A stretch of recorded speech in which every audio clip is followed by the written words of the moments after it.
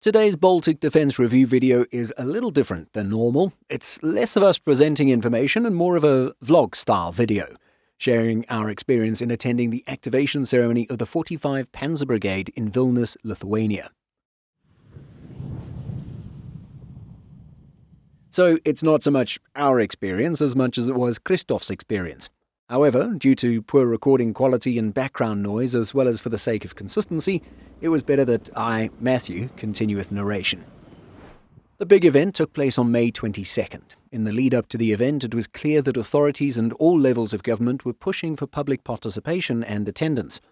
Advertisements could be found on social media and billboards, and we even had the new brigade's commander, Brigadier General Krzysztof Oba, invite the Lithuanian-speaking public by addressing them in their native language. Here's just a snippet of that for you to see. Jūsų saugumas į laisvę yra mūsų saugumas į laisvę. Vokietijos saugumas į laisvę yra Lietuvos saugumas į laisvę. In the days preceding the event and on the day of the event, you could see the buses of Vilnius's public transportation system flashing with the message LTU Heart DEU, which would stand for Lithuania Loves Deutschland, or Germany. Indeed, it seemed like the whole town was abuzz with anticipation of the big event. Christoph walked to the event, which was held in Vilnius's Cathedral Square. The day was rather hot, but you could see storm clouds in the distance, clouds which grew darker and darker as we got closer to the ceremony start time. Getting there early, one could find plenty of things to see and do before the event. There were military vehicles from various units of the NATO multinational brigade parked on the street which wrapped around the square. Here's some of what we saw.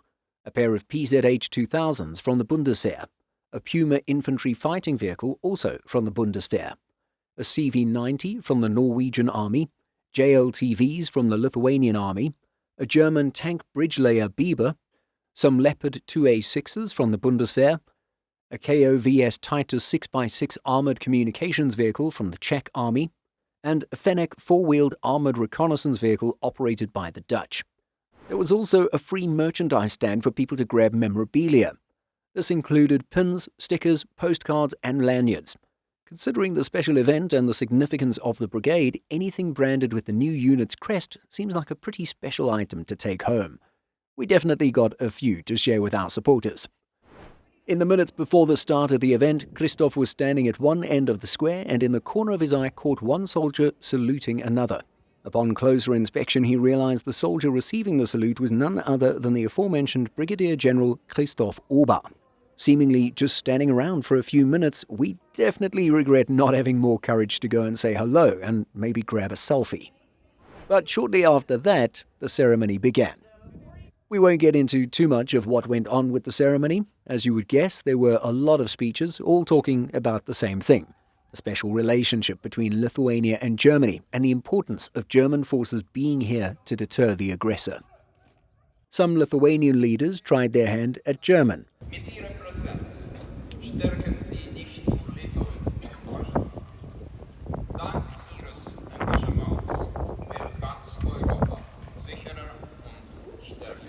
Of course, with English being a bridge language, this was what we mainly heard from the announcer as the ceremony progressed. We'll hand over to command to Brigadier General Krzysztof Oba, the designated commander of the 45th Armored Brigade.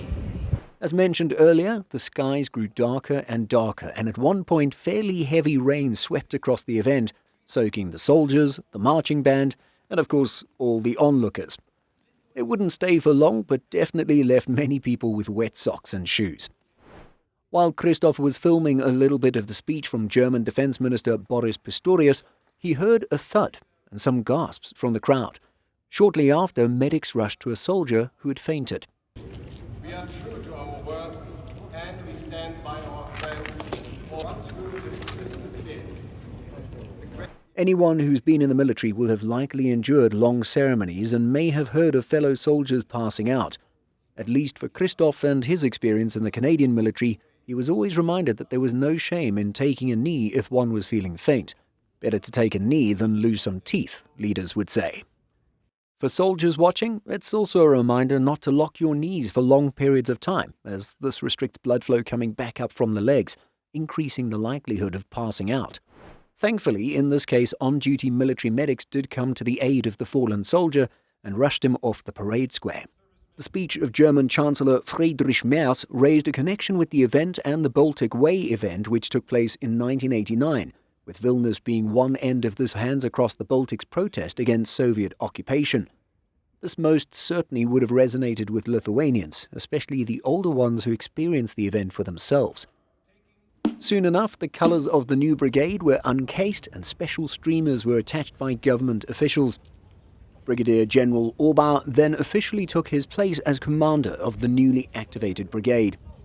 Around this time, a number of attack helicopters flew over the parade square, which was an amazing sight to see. And then, shortly after that, troops of the NATO Multinational Battle Group, the Lithuanian Armed Forces and US forces marched off the square to conclude the event.